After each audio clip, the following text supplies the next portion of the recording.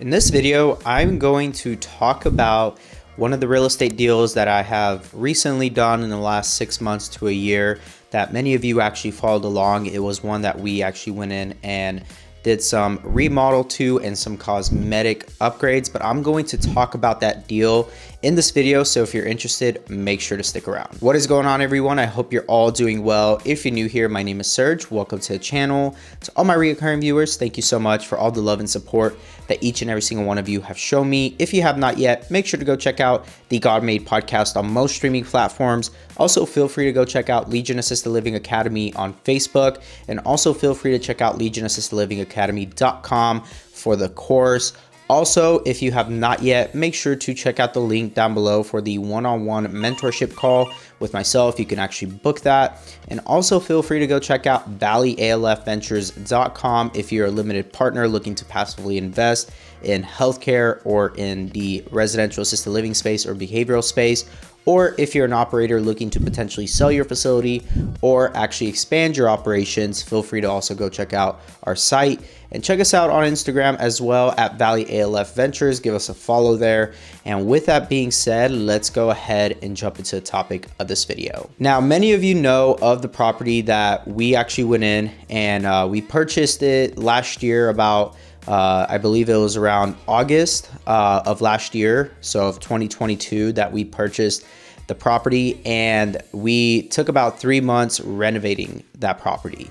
Now, that property was an off-market deal that we actually came across from a mutual realtor that sent it to us, but nothing was really confirmed with the seller, and the seller was kind of on the fence of even trying to sell the place. And so at the time, we didn't think too much of it when it was brought to our attention. But then as we approached one of our operators who was looking to expand their operations, they really loved that area and they really wanted to see if we could possibly get that property.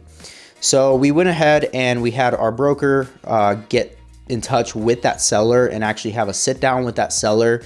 And once we started to realize, okay, what is it that the seller is needing and what is it that he's wanting? And so the back and forth conversations, it took a little bit of time to really get on the same page about what we could do, and him giving us a purchase price, because the purchase price that we originally were told that he was thinking of selling it was off by like $300,000-$400,000. So he was wanting what we were told that he wanted was about $850,000, and then after we had our sit down with the seller, he was wanting around $1.2 million or $1.25. And so we finally came to the agreement, okay, let's do 1.2.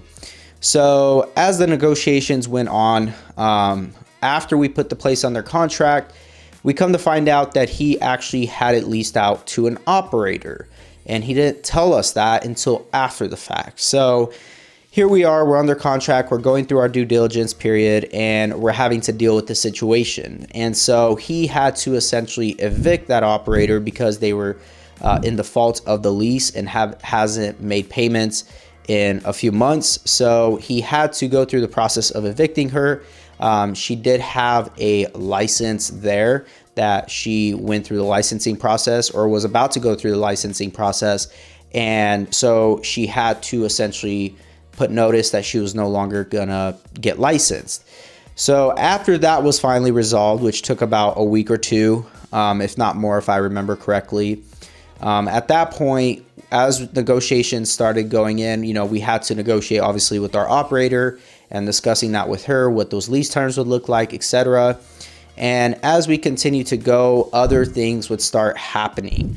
At one point, after our due diligence was done, the seller decided to move in his friends and some random people that he was just close with. And these weren't your average regular people. These were people who had substance abuse issues and were living there essentially with him, because this was an older gentleman who just otherwise didn't have family or anybody really close to him. So he relied on these types of people. And so he ended up letting them move into the home while we're under contract. At the end of the day, typically sellers don't do that. They usually start the moving process and they start looking for another place and start moving their stuff out. And this guy was, in a way, a hoarder, and he would try to, he put a bunch of stuff there.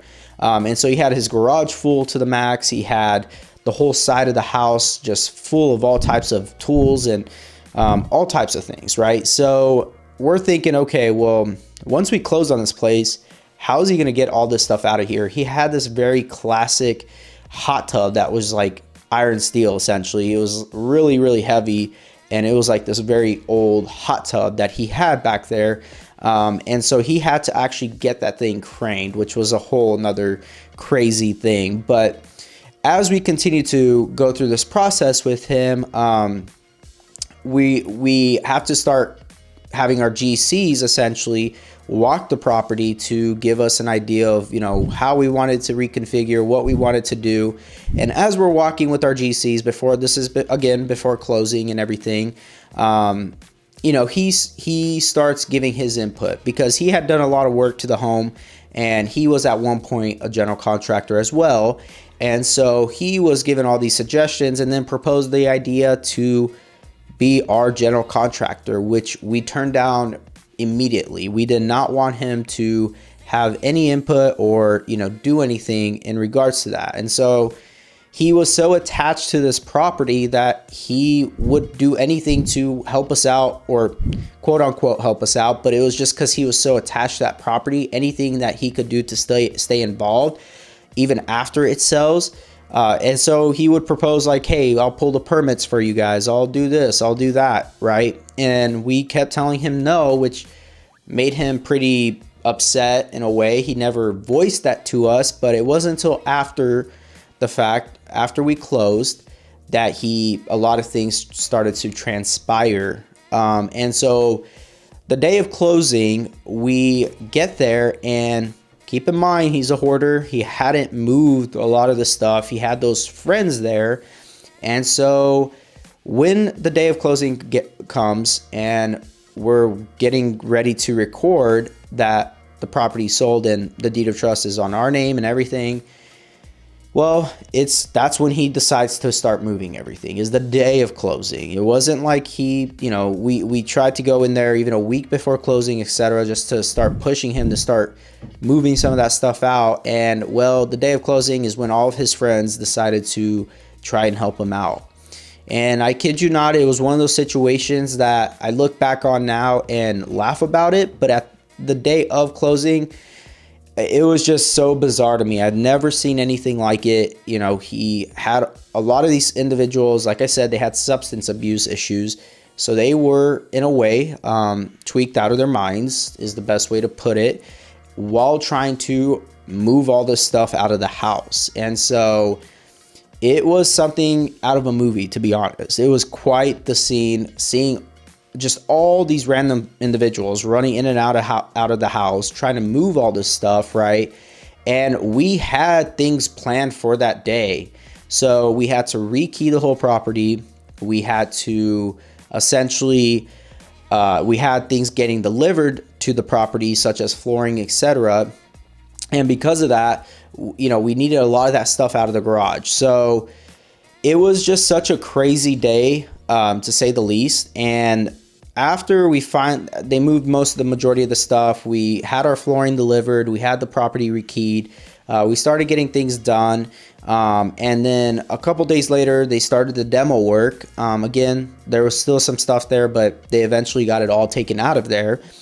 And as we started the demo work, we about a week or two into the work of doing the remodel, we get red tagged essentially. And the red tag had this very specific notice on it of why we got red tagged. And there was all these things, right? So we essentially come to find out that it was that seller, and it was a hindrance to us because we now had to wait until we could go and get these plans approved. Even though we were doing only demo work, we weren't doing anything necessarily yet to where we needed to get those. We were working on the permits in the meantime.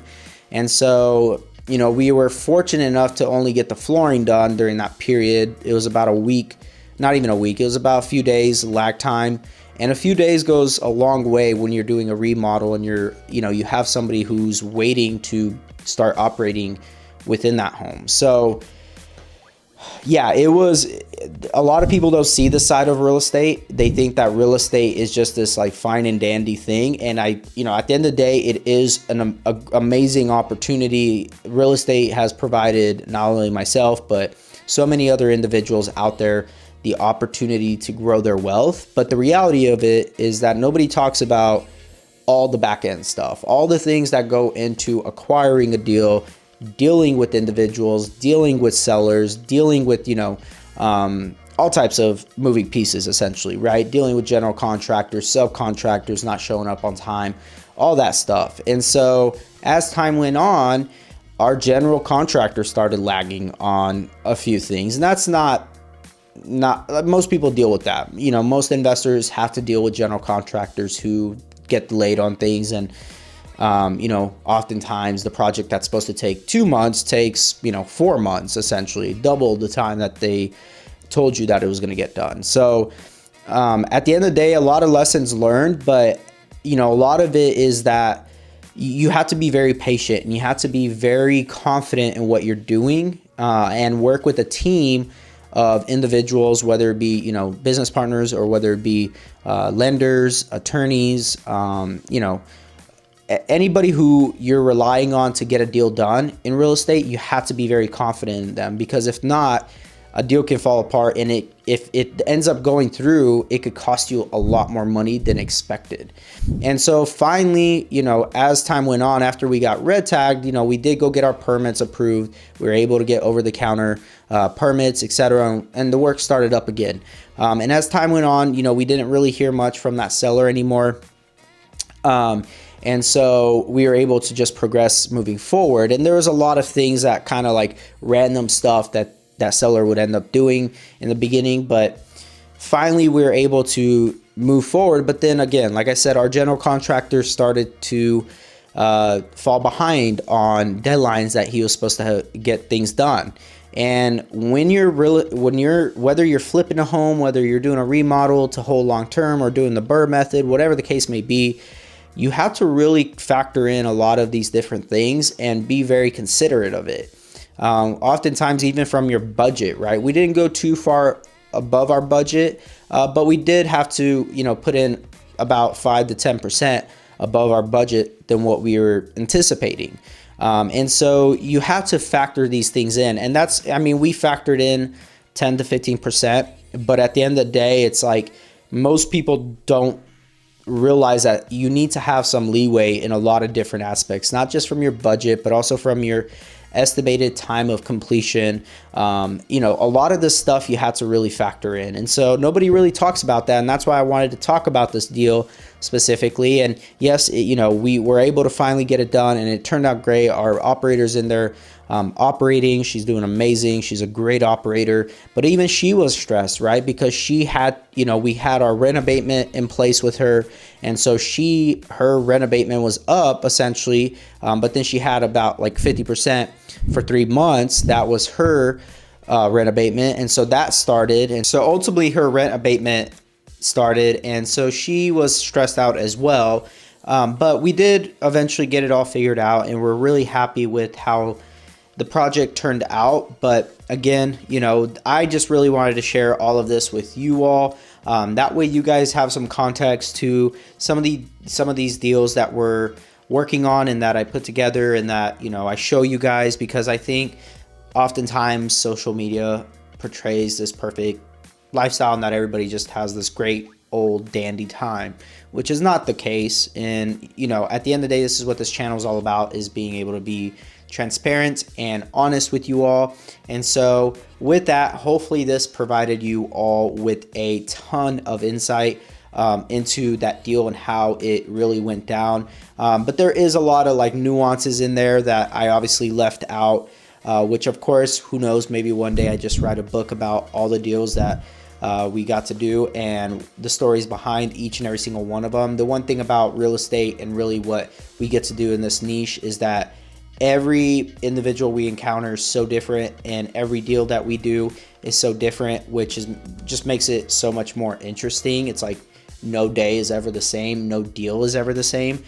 So with that though, I hope you guys enjoyed this. If you guys did, make sure to check out all the links down below. Make sure to subscribe, like, and comment. And again, thank you for all the love and support, and I will talk to you all in the next one.